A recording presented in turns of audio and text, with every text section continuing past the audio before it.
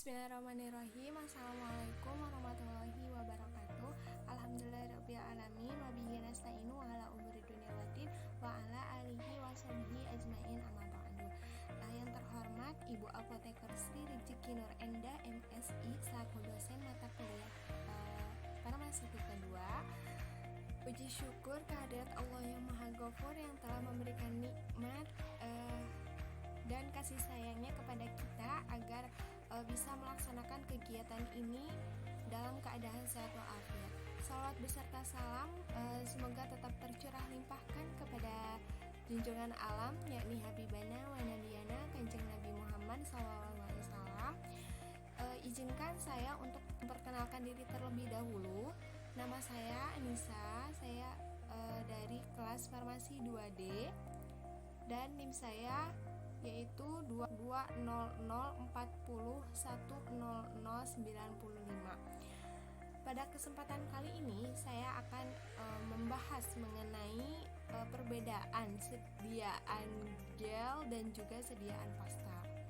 Baiklah, untuk mengefektifkan waktu, mari kita mulai saja ke materi. Nah, di sini ada definisi dari dua sediaan, yaitu pertama definisi dari sediaan gel, yaitu menurut Farmakope Indonesia edisi keempat, gel kadang-kadang disebut jelly, merupakan sistem semi padat terdiri dari suspensi yang dibuat dari partikel anorganik yang kecil atau molekul organik yang besar terpenetrasi oleh suatu cairan. Nah, menurut Formularium Nasional, gel adalah sediaan bermassa lembek berupa suspensi yang dibuat dari zarah kecil senyawa anorganik atau makromolekul senyawa organik, masing-masing terbungkus dan saling terserap oleh cairan. Jadi, menurut garis besarnya, gel merupakan sediaan semi padat yang jernih, tembus cahaya, dan mengandung zat aktif, merupakan dispersi koloid, mempunyai kekuatan yang disebabkan oleh jaringan yang saling berikatan pada fase terdispersi. Lanjut ke definisi dari sediaan pasta tersendiri. Pasta adalah sediaan semi padat yang mengandung satu atau lebih bahan obat ditunjukkan untuk pemakaian topikal atau luar. Nah, menurut Farmakope Indonesia edisi ketiga, pasta adalah berupa massa lembek yang dimaksudkan untuk pemakaian luar. Sedangkan menurut Farmakope Indonesia edisi keempat, pasta adalah sediaan semi padat yang mengandung satu atau lebih bahan obat yang digunakan untuk pemakaian topikal. Nah, pasta ini serupa dengan salap. Jadi si pasta ini salap lebih dari 50% zat padat atau serbuk. Suatu salap tebal karena merupakan menutup atau melindungi bagian kulit yang diolesi, digunakan sebagai antiseptik atau pelindung kulit. Lanjut ke basis atau komposisi dari sediaan gel dan pasta. Di sini ada dari sediaan gel tersendiri. Nah, basisnya itu bahan berlapis polisakarida atau protein, merupakan jenis bahan yang biasanya digunakan sebagai PMC sebagai pembentuk gel. Beberapa contoh gelling agen yaitu CMC, Na, metilselulosa, asam alginat, sodium alginat, kalium alginat, kalsium alginat, agar, karagenan, lokus, biangum, biengam, pektin, serta gelatin. Nah, bahan dasar dari sediaan gel ini umumnya hidrokoloid organik.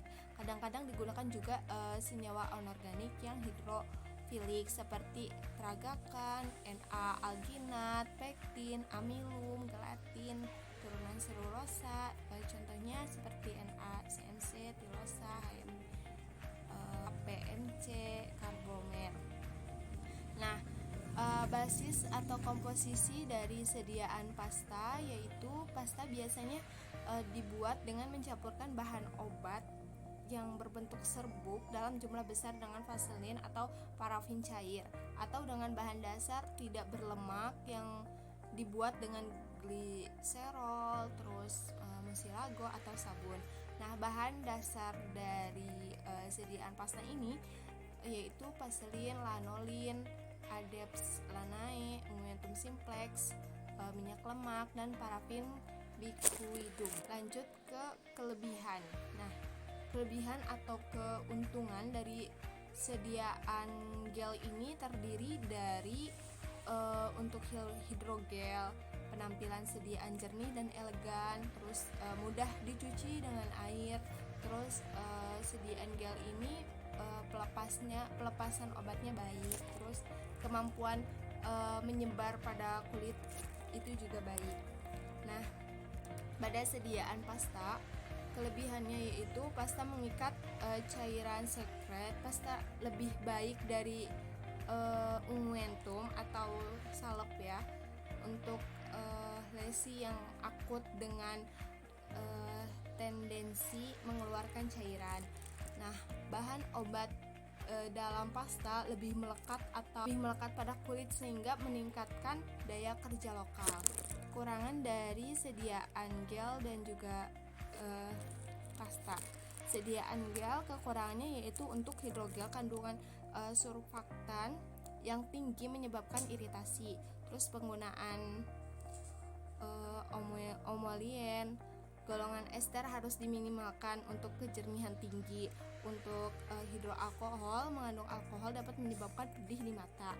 Nah, pada sediaan pasta, karena sifat pasta yang kaku dan tidak dapat ditembus, pasta pada umumnya tidak sesuai untuk pemakaian pada bagian tubuh yang berbulu.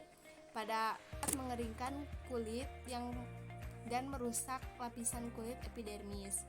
Terus kekurangannya yang terakhir yaitu dapat menyebabkan iritasi kulit. Cara pembuatan. Nah, di sini cara pembuatan sediaan gel menurut Cristantio, pada prinsipnya metode pembuatan sediaan semi solid dibagi menjadi dua, yaitu pertama metode pelelehan atau fusion. Di sini zat pembawa dan zat berkhasiat dilelehkan bersama dan diaduk sampai membentuk fasa yang homogen. Dalam hal ini perlu diperhatikan stabilitas zat berkhasiat terhadap suhu yang tinggi pada saat pelelehan. Yang kedua yaitu trirurasi, zat yang tidak larut dicampur dengan sedikit basis yang akan dipakai atau dengan salah satu zat pembantu. Kemudian dilanjutkan dengan penambahan basis. Dapat juga digunakan pada pelarut organik untuk melarutkan terlebih dahulu zat aktifnya, kemudian baru dicampur dengan basis yang akan digunakan. Nah, pada sediaan pasta, cara pembuatannya yaitu yang pertama pencampurannya. Komponen dari pasta dicampur bersama-sama dengan segala cara sampai yang rata tercapai. Yang kedua yaitu peleburan. Semua atau beberapa komponen dari pasta dicampurkan dengan meleburkannya secara bersamaan. Kemudian didinginkan dengan pengadukan yang konstan sampai mengental komponen-komponen yang tidak dicairkan biasanya. Ditambahkan pada campuran yang sedang mengental setelah didinginkan dan kemudian diaduk. Lanjut ke etiket dan kemasan. Etiket pada sediaan gel ini merupakan si gel ini merupakan sediaan semi solid yang diperuntukkan sebagai obat atau non obat yang diberikan secara topikal atau dimasukkan ke dalam tubuh sehingga digolongkan menjadi golongan obat luar dan ditandai dengan etiket biru. Nah, jenis kemasan sediaan gel yaitu berupa botol berbahan kaca, botol berbahan plastik, botol dengan pompa, tub berbahan plastik, berbahan logam, terus pot berbahan plastik dan juga berbahan kaca, kemasan dengan aplikator. Sama halnya dengan kemasan sediaan pasta itu tersendiri, sama seperti tadi sediaan gel. Namun etiketnya pun sama dengan etiket biru. Nah, sediaan pasta ini kan adalah sediaan semi padat yang mengandung satu atau lebih bahan obat yang digunakan untuk pemakaian topikal. Nah, terima kasih. Sekian presentasi dari saya. Mohon maaf apabila ada kekurangan. Sekian dari saya. Wassalamualaikum warahmatullahi wabarakatuh. Semoga bermanfaat.